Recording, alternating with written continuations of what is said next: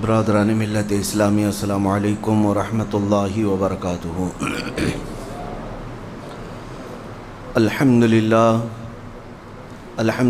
الحنان المنان الذي خلق الانسان وعلمه البیان، والصلاة والسلام على رسوله سید الانس والجان وعلى آلہ واصحابہ ذوی الخیر والاحسان، اما بعد فاعوذ باللہ من الشیطان الرجیم، بسم اللہ الرحمن الرحیم۔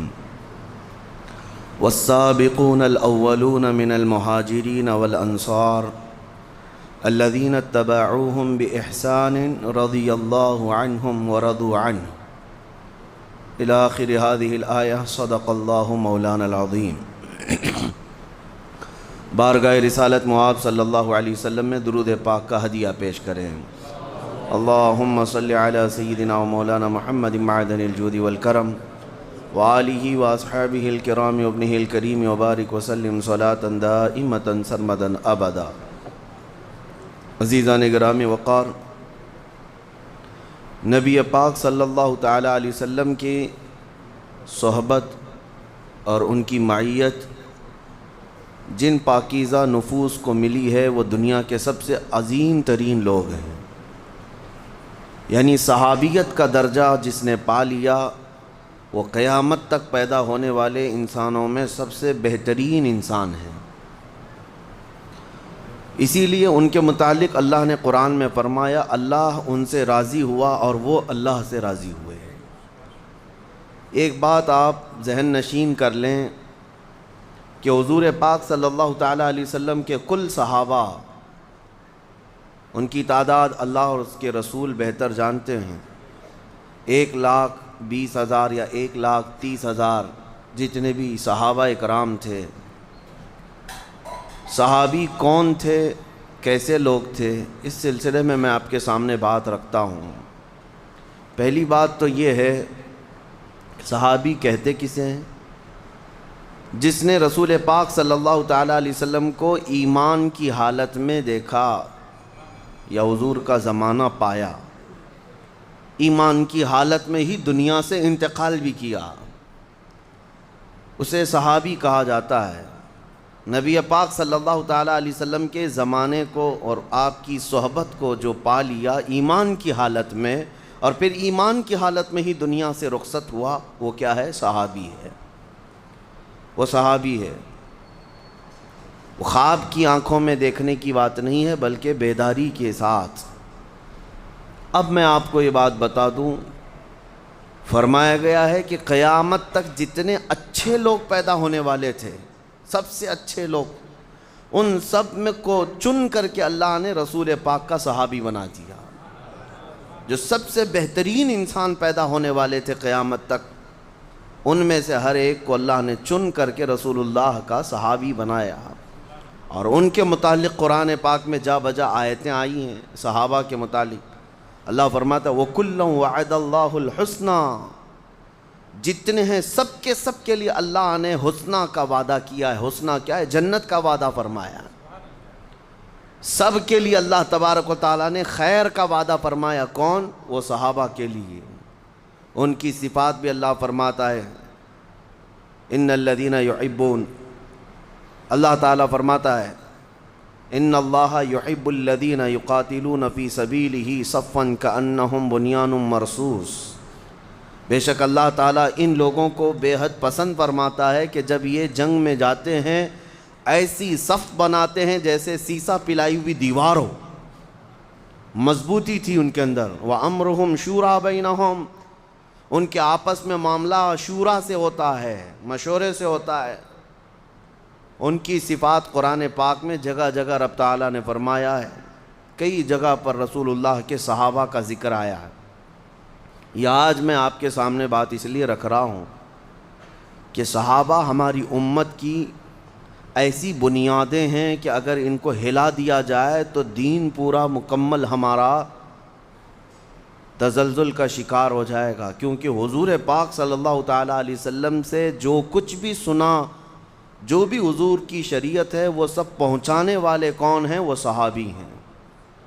حضور اکرم صلی اللہ تعالیٰ علیہ وسلم کی ساری تعلیمات من و عن نقل کر کے امت تک پہنچانے کا جو کردار ادا کیا ہے وہ رسول اللہ کے صحابہ نے کیا ہے۔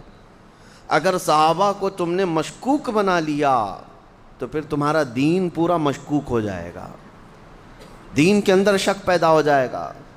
اسی لیے قاعدہ ہے ہمارے دین کا الصحابۃ کلہم عدول، جتنے صحابہ ہیں سب کے سب عادل ہیں، پرہیزگار ہیں، ان میں کسی سے جھوٹ کا شائبہ بھی ہم نہیں رکھتے۔ عزیزان گرامی وقار، یہ عقیدہ رکھنا ہر مسلمان کے لیے ضروری ہے، ورنہ اس کا دین کا نظام درہم برہم ہو جائے گا۔ اگر مثال کے طور پر کسی صحابی کے متعلق آپ شک رکھتے ہیں، بدگمانی رکھتے ہیں، نعوذ باللہ، تو مطلب یہ ہے کہ حضور کی تعلیمات اگر اس صحابی سے ہو کر کے آئی ہے تو وہ ساری تعلیمات کا بھی آپ انکار کر دیں گے، حضور پاک صلی اللہ علیہ وسلم کی ان حدیثوں کا بھی انکار ہو جائے گا۔ تو اس طرح ایک آدمی فلاں صحابی سے بغض رکھنے لگ جائے، خود رسول کریم صلی اللہ تعالیٰ علیہ وسلم کی حدیث سنو، اللہ اللہ فی اصحابی، حضور صلی اللہ تعالیٰ علیہ وسلم فرماتے ہیں میرے صحابہ کے بارے میں اللہ سے خوف رکھو۔ خود نبی پاک نے فرمایا میرے صحابہ کے بارے میں اللہ سے ڈرو، اس لیے کہ جس نے میرے کسی صحابی کو گالی دی، حضور فرماتے ہیں اس نے مجھے گالی دی، اس نے مجھے ایذا دی ہے، تکلیف دی ہے۔ یہ نبی پاک صلی اللہ تعالیٰ علیہ وسلم کے صحابہ کیوں اس قدر معزز ہوئے کہ میرے آقا نے ان کی فضیلت میں یہاں تک فرما دیا کہ اگر تم میں سے کوئی احد پہاڑ کے برابر سونا خیرات کرے، احد پہاڑ جانتے ہیں مدینہ کے نواح میں مضافات میں واقع ہے، 10 کلومیٹر کے سراؤنڈنگ میں پھیلا ہوا پہاڑ ہے، ایک چھوٹی سی جگہ کا پہاڑ نہیں، 10 کلومیٹر لمبا چوڑا اکھنڈ ایک پہاڑ ہے۔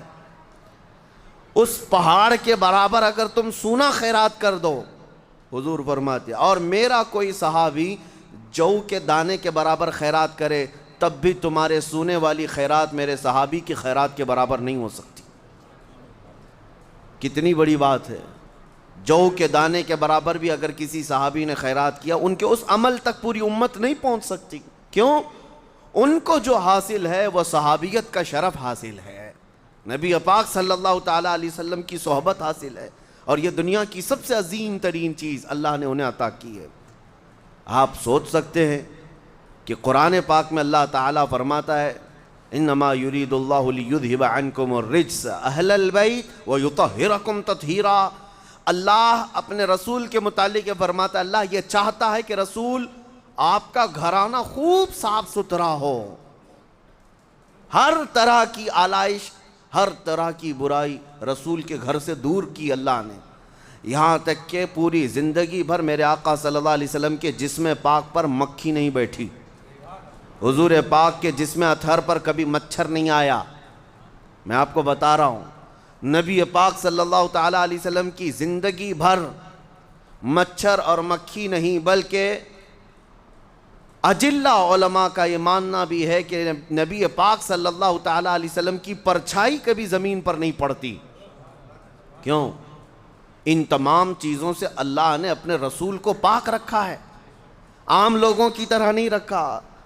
گھر پاک ہے، جسم پاک ہے، تو مجھے آپ بتاؤ کہ اللہ اپنے رسول کے جو دوست ہیں ان کو پاک نہیں رکھے گا؟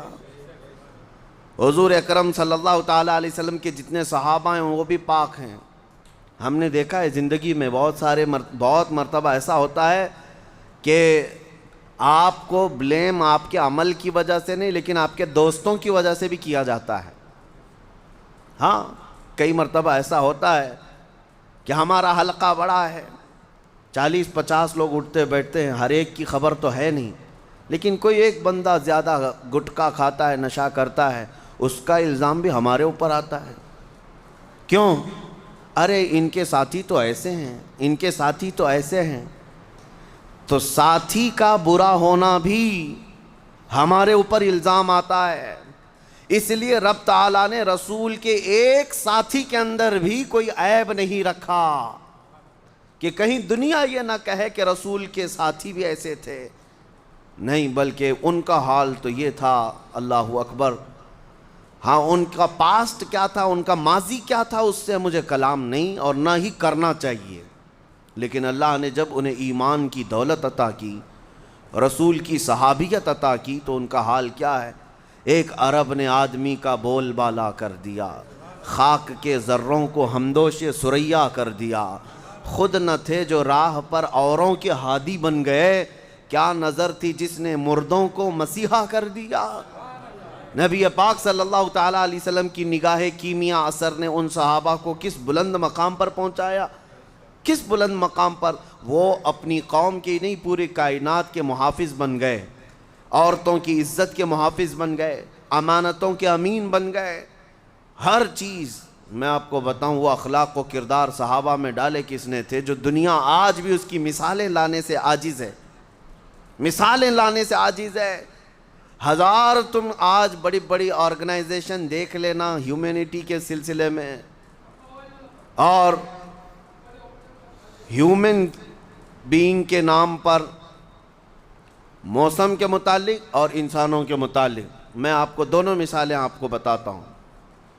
نبی پاک صلی اللہ تعالیٰ علیہ وسلم کے صحابہ جو پہلے مکہ مکرمہ میں ان کے اخلاق کیا تھے، کردار کیا تھے، وہ الگ مسئلہ، لیکن آپ کو بتاؤں ایک صحابی حضور کے دربار میں بیٹھے ہیں اور دیگر صحابہ بھی ہیں، ایک مہمان حضور کے آئے، نبی پاک صلی اللہ تعالیٰ علیہ وسلم نے ارشاد فرمایا آج میرے مہمان کی مہمان نوازی کوئی کرے گا؟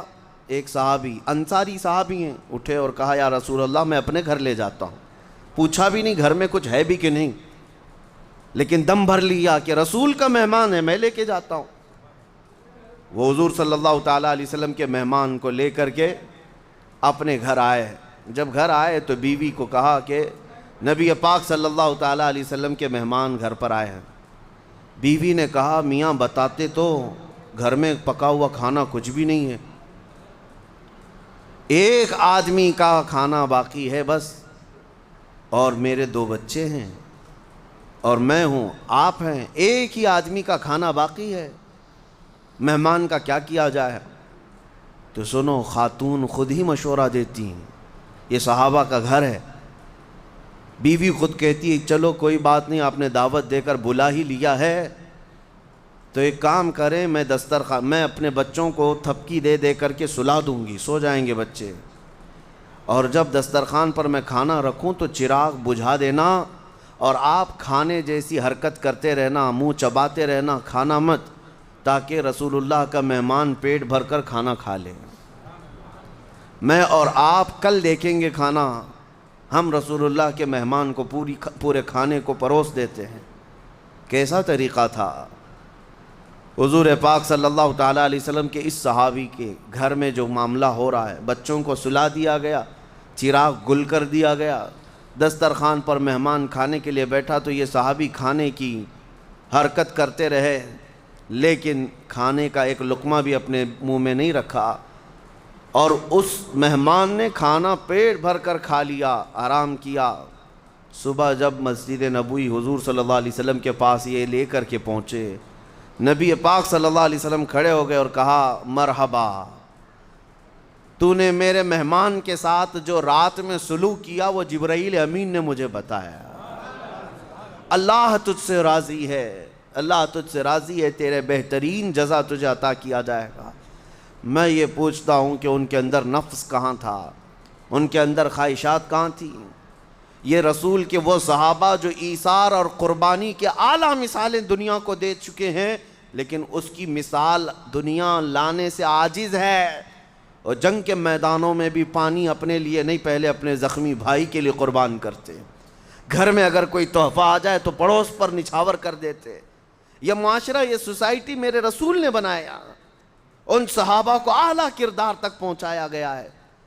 علم میں ان کا کوئی ثانی نہیں، عمل میں ان کا کوئی ثانی نہیں، اور جب حکومت کرنے کے لیے بیٹھ گئے تو قیصر و کسریٰ بھی گھٹنے ٹیکنے پر مجبور ہو گئے۔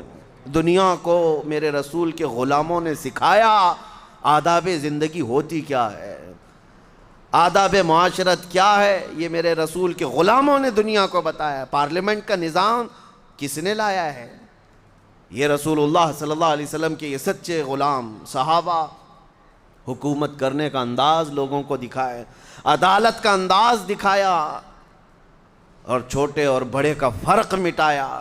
جانتے ہو حضرت عمر فاروق کے رعب و دبدبے سے قیصر و کسریٰ کانپتے تھے، ہاں ڈر کے مارے پوری فوجیں تھراتی تھی، عمر ابن خطاب کا نام۔ لیکن مسجد میں ایک بار کھڑے ہو کر کے پوچھنے لگے کہ اے لوگو، اگر میں اپنا کوئی نیا طریقہ شروع کر دوں، رسول اللہ کا طریقہ چھوڑ دوں، تو آپ کا کیا مشورہ؟ میرے پیچھے چلو گے یا کیا تمہارا کام ہوگا؟ ایک دیہات کے رہنے والے غریب صحابی کھڑے ہو گئے، کہا اے عمر، جب تک آپ رسول اللہ کے پیچھے چل رہے ہماری گردنیں جھکی ہیں، اور جہاں ایک قدم بھی تمہارا ہٹا ہماری تلوار ہوگی اور تمہارا جسم ہوگا، ہم مقابلہ کریں گے۔ حضرت عمر فاروق رضی اللہ تعالیٰ عنہ نے یہ نہیں فرمایا کہ وقت کے خلیفہ اور امیر المومنین کے ساتھ نے کیسی بدتمیزی کر رہا ہے، نہیں، گلے لگا لیا اور کہا حقیقت میں دین مصطفیٰ یہی ہے، شخصیت کو نہیں دیکھا جاتا، اسلام کی حقانیت کو دیکھا جائے گا۔ عزیزان گرامی وقار، وہ صحابہ کے مزاج میں آج آپ کے سامنے اس لیے عرض کر رہا ہوں کہ صحابہ نے سچے چہرے کو میرے مصطفیٰ کے دین کے، اللہ کی اس دین کے پوری کائنات میں پیش کیا ہے۔ آپ کو ایک بات میں بتاؤں، جب نجاشی بادشاہ کے سامنے صحابہ کا ایک قافلہ گیا تھا، وہ حبشہ کا رہنے والا بادشاہ، عیسائی بادشاہ، اور اس کے بعد جب یہ وفد گیا صحابہ کا کہ ہم یہاں رہنے کے لیے آئے، ہمیں پناہ دی جائے، مکہ والے بڑا ظلم کرتے ہیں، اس نجاشی بادشاہ نے کچھ سوالات کیے تھے۔ سب سے پہلے حضرت جعفر طیار یہ محفل میں حاضر ہوئے بادشاہ کے سامنے، بادشاہ نے پوچھا بتاؤ تو صحیح تمہارا دین ہے کیا، اس دین کی اسپیشلٹی کیا ہے، خصوصیت کیا ہے؟ حضرت جعفر طیار نے ایک ہی جملے میں اپنے دین کی ڈیفینیشن بتائی تھی، ایک جملے میں انہوں نے یہ ارشاد فرمایا تھا، ہمارا رسول وہ ہے جو مخلوق کی عبادت سے نکال کر خالق کی عبادت پہ لگاتا ہے۔ بس یہ دین کی ڈیفینیشن ہے، مخلوق کی عبادت سے نکال کر، کوئی بھی مخلوق کی عبادت نہیں، کوئی نہیں، چاہے کوئی اوتار سمجھے، چاہے کوئی کچھ سمجھے، ہے تو مخلوق۔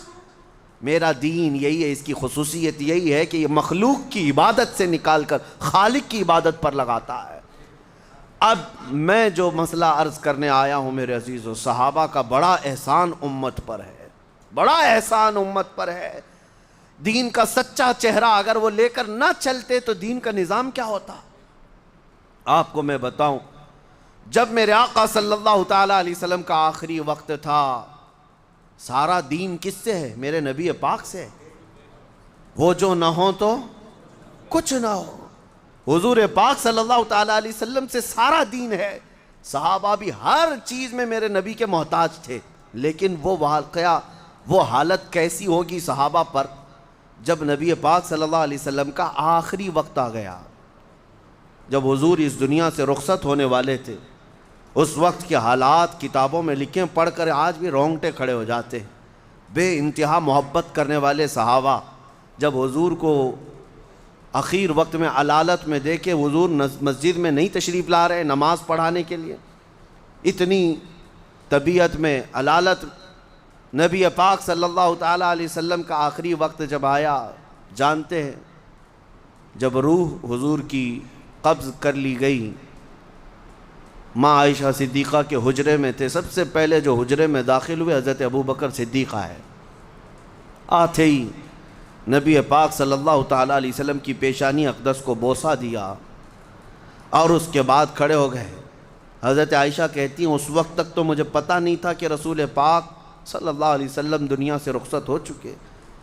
حضرت ابوبکر صدیق غم کے عالم میں اندر تھے، لیکن اس وقت صدیق اکبر کا دل اور سینہ کتنا مضبوط ہوگا جو ایک لمحہ دیدار رسول سے غافل نہیں ہوتے۔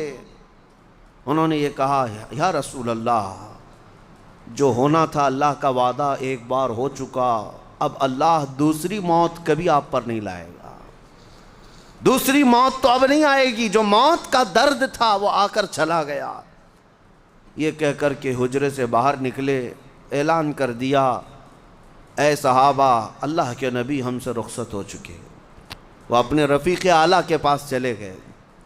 یہ وقت کیسا ہے، سب کے سب ٹھنڈے پڑ جائیں گے. جس پر سارا معاملہ ڈیپینڈ ہو وہ تھوڑا ہٹ جائے تو حالات کیا ہوتے ہیں پتہ ہے.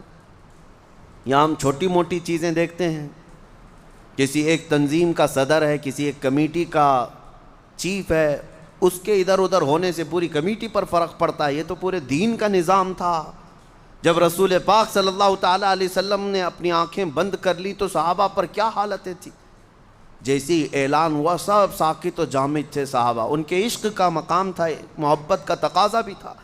حضرت عثمان غنی تو ایسے لگتے جیسے پتھر ہے، ان کو کوئی چونٹی کاٹے کوئی ہاتھ مارے تو ہلتے تک نہیں تھے.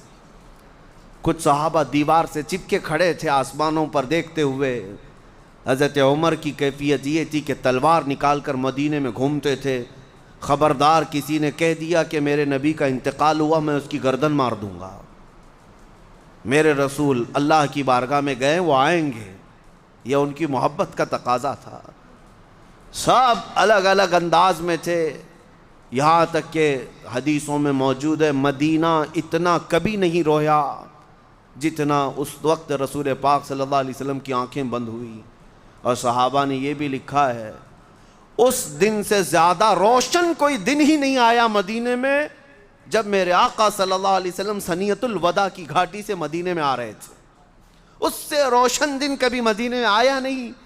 اور مدینے والے کہتے ہیں اس سے زیادہ اندھیرا کسی دن آیا ہی نہیں جس دن میرے آقا نے مدینے کو رخصت کیا، دنیا سے رخصتی لے لی. اس سے زیادہ اندھیرا ہماری زندگی میں آیا ہی نہیں. اب سوچو دین کا نظام چلنا کیسے ہے. حضور پردہ فرما چکے، صحابہ کھڑے ہیں. اس وقت جس نے مشن اٹھایا، باغ ڈور سنبھالی، وہ صدیق اکبر کی ذات تھی. کھڑے ہوئے ممبر پر لوگوں سے کہا اے لوگو بتاؤ تم محمد صلی اللہ علیہ وسلم کی عبادت کرتے تھے یا اللہ کی عبادت کرتے تھے؟ سبوں نے کہا ہم اللہ کی عبادت کرتے تھے. تو حضرت ابو بکر صدیق نے کہا وہ اللہ کل بھی تھا، آج بھی ہے، ہمیشہ رہے گا. اور محمد صلی اللہ تعالیٰ علیہ وسلم کے متعلق قرآن میں آیت ہے وَمَا مُحَمَّدٌ إِلَّا رَسُولٌ قَدْ خَلَتْ مِن قَبْلِهِ الرُّسُلُ. محمد تو اللہ کے ایک رسول ہیں، ان سے پہلے بھی رسول آئے. لیکن کیا رسول کے جانے کے بعد تم الٹے پاؤں پھر جاؤ گے؟ تو قرآن کی آیت ہے، اللہ فرماتا ہے کسی کا دین سے پھر جانا اللہ کو کوئی نقصان نہیں پہنچا سکتا. صحابہ کہتے ہیں اس دن ہم کو لگا یہ آیت کہاں تھی، اب تک ہمارے ذہن میں ہی نہیں آئی. سب کھڑے ہو گئے. حضرت ابو بکر نے کہا نماز کا وقت ہے، نماز قائم ہو. 2 دن تک نبی پاک صلی اللہ تعالیٰ علیہ وسلم کا جسم ناز حجرے میں رکھا ہوا تھا. 2 دن تک، اور نمازیں برابر وقت پر ہوتی رہیں. اسلامی احکام جیسے تھے ویسے ہی ہوتے رہے. حضور کی تدفین کا معاملہ آیا. صحابہ اکرام رضوان اللہ تعالیٰ علیہ مجمعین میں اب کون مشورہ کرے گا؟ اختلافات بہت ہوئے ہیں، لیکن کوئی اختلاف اس غلیظ قسم کا نہیں تھا کہ ایک دوسرے کو گالیاں دی جائیں. یہاں تک کہ میں آپ کو بتاؤں یہ مسئلہ آج میں نے جمعہ میں چھیڑا ہی اس لیے ہے کہ آج اس کی ضرورت ہے. میں ابھی بتاتا ہوں. حضور کے وصال کے بعد جب آپ کی تدفین کا معاملہ آیا، غسل کے لیے صحابہ میں اختلاف ہوا کہ غسل دینا چاہیے کہ نہیں دینا چاہیے، اور دے گا تو کون دے گا نبی پاک صلی اللہ علیہ وسلم کے جسم پاک کو. صحابہ کہتے ہیں ہم حجرے میں کھڑے تھے، آدھے کہہ رہے تھے کہ غسل دینا ہے اور آدھے کہہ رہے تھے نہیں دینا. اختلاف ہے یا نہیں ہے؟ فرماتے ہیں اچانک ہمیں اونگ آئی، سب جتنے تھے وہاں پر اونگ آئی، جیسے جھپکی لگتی نیند. تھوڑی دیر کے لیے اونگ آئی، اس کے بعد ہم نے سر جھٹک کر بیداری کا اظہار کیا. دیکھا تو ہم تو بیدار تھے لیکن رسول پاک غسل کیے ہوئے تھے، جسم پاک پر پانی کے قطرات تھے. صحابہ نے کہا یہ اللہ کی مرضی ہے، اپنے رسول کو اس نے اپنے ملائکہ سے غسل دیا. پھر اب دفن کہاں ہو، اس سلسلے میں بھی صحابہ کا اختلاف تھا. بعض صحابہ کہتے تھے کہ بیت المقدس لے کر کے جائیں گے، مسجد اقصیٰ میں جہاں کثرت سے انبیاء اکرام دفن ہیں وہاں ہم رسول اللہ کو دفن کریں گے. بعض کہتے تھے نہیں، حضور کا پیدائشی مقام مکہ ہے، ہم مکہ لے کر جائیں گے. اختلاف تھا کہ نہیں تھا؟ صحابہ میں اختلاف ہوا. حضور کا جسم ابھی موجود ہے، میں آپ کو بتا رہا ہوں یہ اختلاف کس قسم کا تھا، سب حق کی تلاش میں اختلاف تھا۔ اس کے بعد صدیق اکبر رضی اللہ تعالیٰ عنہ اور کچھ صحابہ نے کہا ہم نے رسول اللہ صلی اللہ علیہ وسلم سے یہ حدیث سنی ہے، اللہ کے نبی وہیں دفن ہوتے ہیں جہاں ان کی روح قبض کی جاتی ہے، جہاں ان کا انتقال ہوتا ہے نبیوں کا اسی جگہ وہ دفن ہوتے ہیں۔ تو اس بات پر پھر صحابہ کا اتفاق ہوا اور نبی پاک صلی اللہ تعالیٰ علیہ وسلم حجرہ عائشہ صدیقہ میں انتقال فرمائے تھے اور اسی حجرے میں آج تک میرے آقا آرام فرمائے۔ تدفین کا معاملہ تھا، بغلی قبر کھودی جائے کہ صندوق والی قبر کھودی جائے۔ بعض صحابہ کہتے ہیں کہ صندوق والی قبر جو باکس ٹائپ کی ہمارے ہاں ہوتی، اور ایک ہوتی ہے بغلی قبر جس کو لحد کہتے ہیں، ایل شیپ میں ہوتی ہے، یعنی قبر کھود کر کے پھر اندر کی طرف ایک اور کھڈا کھودا جاتا ہے اور میت کو اس طرف رکھ کر کے پھر قبر کو بند کر دیا جاتا ہے۔ حضور پاک صلی اللہ تعالیٰ علیہ وسلم کی قبر انور کے لیے بھی اختلاف ہوتا رہا۔ پھر صحابہ نے کہا نبی پاک صلی اللہ تعالیٰ علیہ وسلم نے اپنی زندگی میں اس کا اظہار فرمایا تھا کہ بغلی قبر اچھی ہوتی ہے، مجھے پسند ہے، پھر بغلی قبر کھودی گئی۔ ہر چیز کا اختلاف رسول پاک کی حدیث پر جا کر ختم ہو جاتا تھا۔ اب میں آپ کو بتاؤں اس کے بعد دین کا نظام کون چلایا؟ حضور اکرم صلی اللہ تعالیٰ علیہ وسلم اس دنیا ظاہری سے پردہ فرما چکے، وہ اپنی قبر انور میں گئے تو دین کا نظام کیا ٹھپ پڑ گیا، ختم ہو گیا؟ سب نمازیں بند، اذانیں بند نہیں، کچھ تو منکرین ہوئے بھی، لیکن جہاد کر کے صدیق اکبر نے ہر ایک کا قلعہ ختم کیا اور میرے مصطفیٰ کے دین کو لے کر آگے بڑھتے رہے، اتنا آگے بڑھتے رہے، اتنا آگے بڑھتے رہے کہ صحابہ کی زندگی میں ہی اسلام پوری کائنات میں روشنی کے طور پر پھیل چکا تھا۔ اس کی سرحدیں نہیں تھی، صحابہ کہاں کہاں تک جاتے تھے، مصر فتح ہوا، عراق فتح ہوا، یمن فتح ہوا، فلسطین فتح ہوا، یورپ میں اسلام چلا گیا، لیکن پھر بھی ان کی سیمائیں نہیں تھی، سرحدیں نہیں تھی۔ آپ کو بتاؤں 1400 سال پہلے صحابہ کا حال یہ، عقبہ بن نافع عمرو بن عاص کے ساتھ مصر فتح کرنے والے گورنر ہیں، وہ سپہ سالار ہیں، عقبہ بن نافع یہ جرنیل ایک دن گھوڑا لے کر رات کے وقت اندھیرے میں نکل پڑے، چند ساتھی بھی پیچھے آئے، 14ویں کا چاند طلوع ہے، 1400 سال پہلے کی بات کر رہا ہوں، 14ویں کا چاند طلوع ہے، عقبہ بن نافع گھوڑے کو ایڑ لگاتے اور اچھال دیتے تھے، گھوڑا اچھلتا تھا پھر نیچے آتا تھا، اچھلتا تھا پھر نیچے آتا تھا۔ کوئی کھیل ہے، کوئی کرتب ہے، کوئی تماشا ہے؟ ساتھیوں نے پوچھا عقبہ بن نافع سے، کیا کر رہے ہو آپ، گھوڑے کو ایڑ لگاتے ہو، گھوڑا اچھلتا ہے پھر آتا ہے؟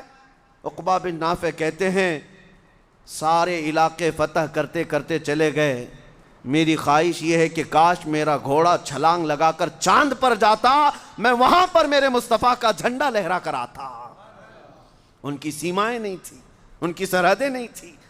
اسلام کے لیے وہ اتنے مخلص تھے کہ انہوں نے بیابانوں کو، جنگلوں کو، صحراؤں کو سب طے کر لیا۔ اور آج کا کم ظرف انسان ان صحابہ کے بارے میں اگر انگلی اٹھاتا ہے، اس سے بڑا بدبخت کون ہے، اس سے بڑا حرمان نصیب کون ہے، جنہوں نے ان کی محنتوں کو نہیں دیکھا۔ صحابہ کی تکالیف تمہیں پتہ ہے، مشقتیں، میاں زندگی بھر ان کے استقامت کے امتحانات آج بھی تم لے کر کے دکھاؤ، کیا ان کے ساتھ امتحانات کم ہوئے؟ ایسے امتحانات جن کو ذکر کرنے سے آج آنکھیں بھیگ جاتی ہیں۔ رسول پاک کے نام پر انہیں کیا ایذائیں نہیں دی گئی؟ کیا آپ کو پتہ ہے وہ سیدہ سمیہ کو مکہ میں کس طرح سے مارا گیا تھا؟ ان کے چاروں ہاتھ پیر کو گھوڑے کے چاروں پیروں سے باندھ کر گھوڑے کو دوڑایا گیا تھا، ایک ایک ہڈی سرکتی تھی، اور جب چوراہے پر گھوڑا دوڑتا ہوا آیا تو ابو جہل نے سیدہ سمیہ کی شرمگاہ پر نیزہ مار کر انہیں شہید کیا تھا۔ عمر والی خاتون تھی، صحابیہ تھیں، جان دے دیا، لیکن دین اسلام سے ایک حرف بھی نہیں ہٹنے کو تیار۔ آخری جملوں پر بھی یہی تھا، اللہ احد، میرا اللہ ایک ہے۔ ان کے استقامت کے جذبے، آپ کو پتہ ہے احد کے میدان میں عبداللہ بن جہش ایک صحابی ہیں جن کے 80 ٹکڑے کیے گئے تھے، 80 ٹکڑے جسم کے، اور کافروں نے ہر ٹکڑے کو ہار بنا کر کے رسی میں پرو کر گلے میں پہن لیا تھا۔ اور دنیا کو دکھا رہے تھے یہ محمد عربی کا غلام ہے، بہت اتراتا تھا، اس کے ٹکڑے آج ہمارے گلے میں ہیں۔ وہ صحابہ نے ہر مشقت، ہر چیز کا سٹرگل کیا ہے۔ آج مجھے درد اس بات کا ہوتا ہے ان کی طرف بھونکنے والے کتنے بد نصیب لوگ ہیں۔ انہوں نے رسول اللہ کی صحابیت پائی ہے، صحابیت ہی نہیں معیت پائی ہے، اپنی زندگیاں وار دی ہیں میرے آقا کے نام پر۔ ان کتوں کو پتہ نہیں، ان کے اعمال دیکھو اور حضور کے صحابہ کی بات کرتے ہیں۔ تم نے زندگی بھر عیاشیاں نہیں چھوڑی، وہ صحابہ ہیں، ایک اعلان کان میں آ جاتا رسول پاک کا، برسوں پرانی عادتیں ٹھوکر مار کر چھوڑ دیتے تھے۔ حضرت انس خود فرماتے ہیں میں 10 سال کا تھا، شراب جب ابھی حرام نہیں ہوئی تھی اسلام میں، لوگ بیٹھ کر کے شراب پیتے تھے، قہبہ خانے تھے جگہ جگہ جیسے چائے کی دکانیں ہوتی ہیں۔ حضرت انس کہتے ہیں میں پیالے بھر بھر کر لوگوں کو شراب دیتا تھا، سپلائی کرتا تھا۔ ایک شام ایسی کہ مدینے کی گلیوں میں آواز آئی، یا ایھا المسلمون قال رسول اللہ صلی اللہ علیہ وسلم حرمت الخمر، اے مسلمانوں اللہ کے رسول نے فرمایا آج سے شراب حرام ہے۔ حضرت انس کہتے ہیں جتنے وہاں بیٹھے تھے جس کے ہاتھ میں پیالہ تھا وہیں سے چھوٹ گیا، کسی نے ہونٹوں تک لگایا تھا وہیں سے پٹک دیا، مٹی کے پیالے تھے۔ حضرت انس کہتے ہیں میں نے بھی چھوڑ دیا، دیکھا جتنے لوگ بیٹھے ہیں سب کے ہاتھوں سے مٹکے ٹوٹ گئے۔ کوئی یہ نہیں کہتا تھا کہ ابھی پی لیتے ہیں بعد میں جا کر حضور سے پوچھ لیں گے مسئلہ کیا ہے، بات پکی ہے بھی یا نہیں یہ بعد میں دیکھ لیں گے، پہلے آج کا تو آج پی لیں گے۔ آج کے عمل نہیں ہے ایسے لوگوں کے۔ ہاں تمہارے تو روزے بھی اس طرح کے ہو جاتے ہیں، پہلے کھا لیتے ہیں بعد میں دیکھیں گے ٹائم کیا ہو رہا ہے۔ وہ صحابہ کے کانوں میں ایک بار آواز آ گئی، رسول اللہ نے فرمایا ہے، بدل لیا ساری عادتیں۔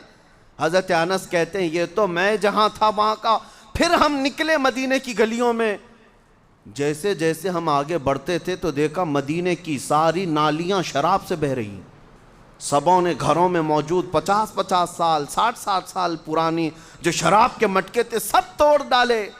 لیکن حیرت کی بات یہ ہے میرے عزیزو، کوئی ابھی تک حضور کے پاس آ کر پوچھا بھی نہیں کہ آپ نے صحیح کہا یا نہیں، اعلان آ گیا۔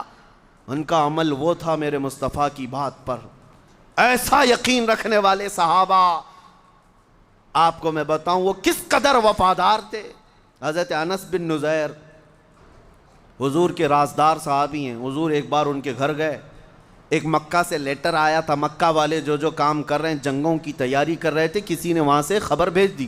نبی پاک صلی اللہ علیہ وسلم نے انس بن نزیر سے کہا پڑھو کیا ہے، انہوں نے پڑھ کر سنایا۔ حضور نے کہا کہ ٹھیک ہے اس کو راز میں رکھنا، کسی کو پتہ نہ چلے۔ فرمایا حکم حضور آپ کا، سر آنکھوں پر۔ نبی پاک صلی اللہ علیہ وسلم گھر سے نکلے، بیوی اندر سے آئی انس بن نزیر کی، وہ ایسی بیوی جس کو حضرت انس بہت چاہتے تھے، عشق تھا ان کے درمیان، بڑی محبت کرتے اپنی بیوی سے۔ بیوی باہر آئی، انس بن نزیر سے پوچھا کیا رسول اللہ صلی اللہ علیہ وسلم کے پاس کیا بات چل رہی تھی؟ انس بن نزیر نے کہا اس میں تمہیں دخل اندازی کی ضرورت نہیں، تمہاری محبت تمہارا عشق جو میرے ساتھ ہے، میرا تمہارے ساتھ ہے، اس کا مقام الگ، یہ رسول اللہ کی بات ہے۔ تو انس بن نزیر کی عورت کہتی ہے ٹھیک ہے چھپانا ہے چھپاؤ، لیکن میں نے تو سن لیا مکہ سے لیٹر آیا ہے، جنگوں کی تیاری ہو رہی ہے، سن لیا تھا دیوار کے پیچھے سے۔ حضرت انس بن نزیر کیا کرتے ہیں، سیدھے اپنی بیوی کی گردن پکڑ لی، کہا اس وقت تک میں گردن سے ہاتھ نہیں ہٹاؤں گا جب تک میرے رسول کا فرمان نہیں آ جاتا، کیونکہ میں خیانت دار میرے مصطفیٰ کا نہیں بن سکتا، چاہے میرے اور نبی کے درمیان میرا باپ آ جائے، میری ماں آ جائے، میری بیوی آ جائے، کوئی بھی آ جائے، گردن پکڑ کر کے حضور کے پاس لے آئے۔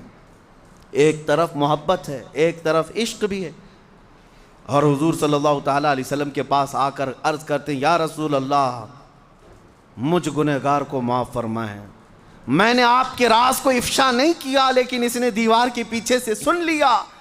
نبی پاک صلی اللہ علیہ وسلم نے مسکرا کر فرمایا انس چھوڑ دو ہاتھ، وہ بھی میری صحابیہ ہے، جس طرح تم حفاظت کرو گے راز کی وہ بھی میری حفاظت کرے گی۔ میں یہاں پر بیان یہ کرنا چاہتا ہوں کہ وہ صحابہ نبی کے لیے کتنے مخلص تھے، کتنے مخلص تھے، اپنی جانیں وار دیں، اپنے رشتے چھوڑ دیے، اور آج اگر کوئی ان کی ذات پر ان کی عزت پر بھونکتا ہے تو یہ بدنصیب انسان ہے۔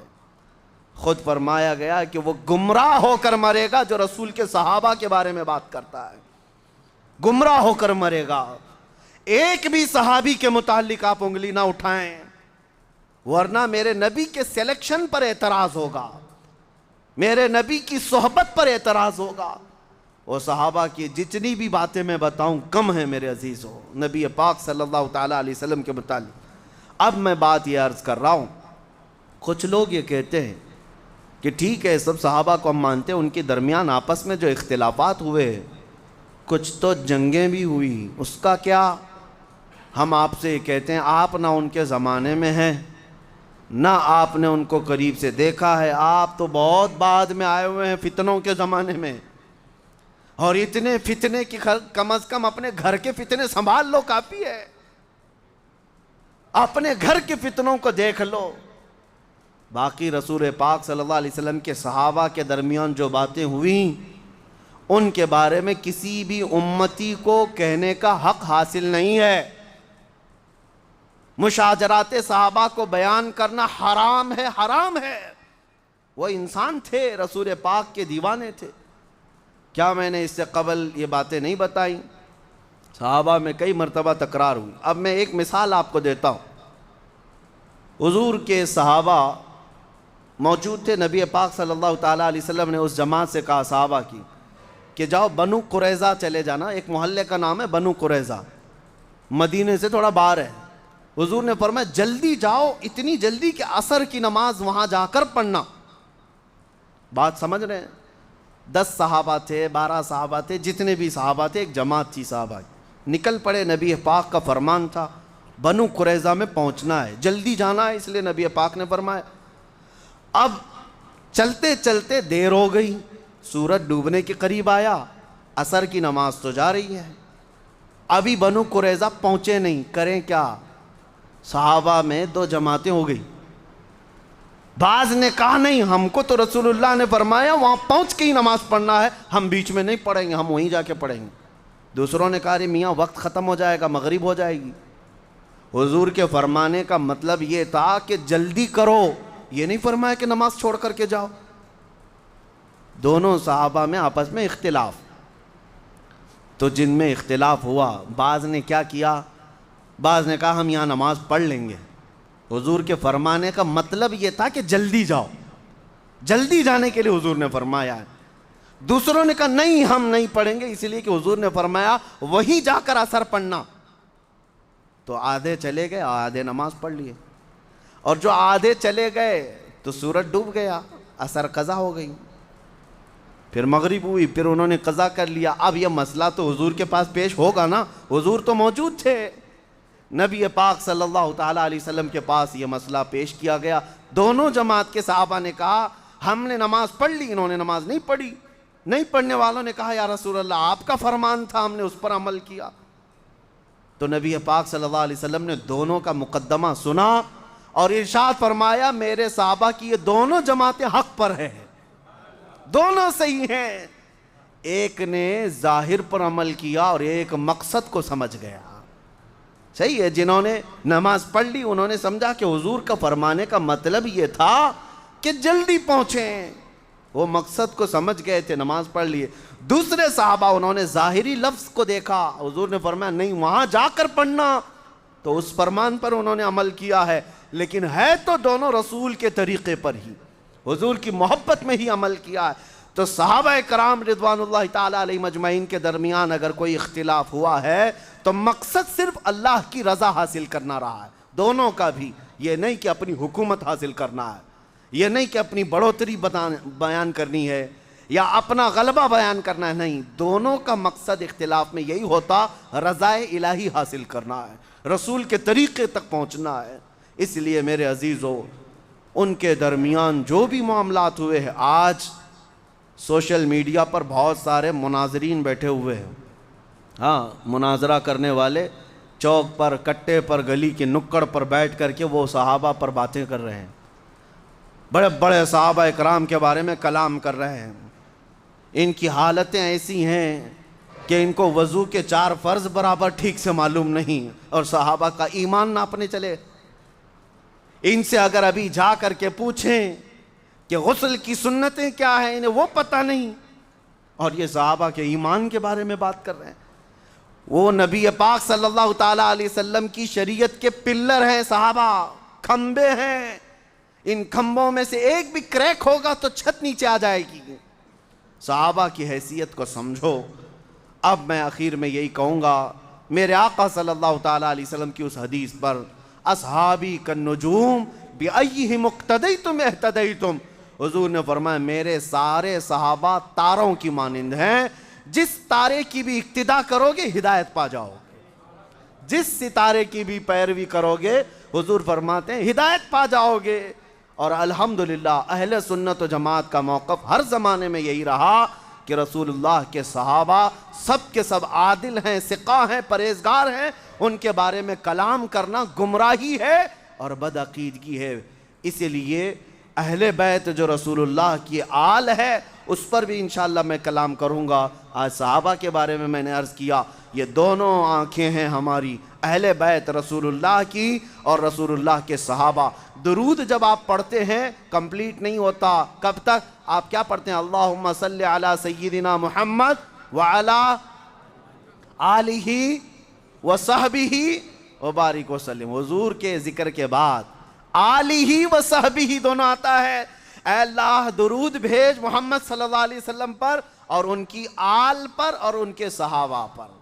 آل کو بھی ہم جمع کرتے ہیں درود میں اور صحابہ کو بھی جمع کرتے ہیں۔ یہ اہل سنت و جماعت کا ہر زمانے میں عقیدہ رہا ہے۔ اسی کو اعلیٰ حضرت فاضل بریلوی رحمۃ اللہ علیہ نے فرمایا ہے، اہل سنت کا ہے بیڑا پار اصحاب حضور، نجم ہے اور ناؤ ہے اطرت رسول اللہ کی۔ نبی پاک صلی اللہ علیہ وسلم کے ان صحابہ کے فیوز و برکات اللہ ہم سب کے گھروں پر عطا فرمائے، قیامت تک ہماری نسلوں میں مولا عاشقان مصطفیٰ پیدا فرمائے، گمراہی اور بدعقیدگی سے اللہ تعالی ہم سب کے گھروں کو اور نسلوں کو محفوظ فرمائے۔ وآخر دعوانا الحمدللہ رب العالمین۔ خصوصیت کے ساتھ کچھ درخواستیں آئی ہیں اور ایک اعلان بھی ہے۔ محمود مومن صاحب ICU میں ہیں، دعا کریں اللہ تعالیٰ اپنے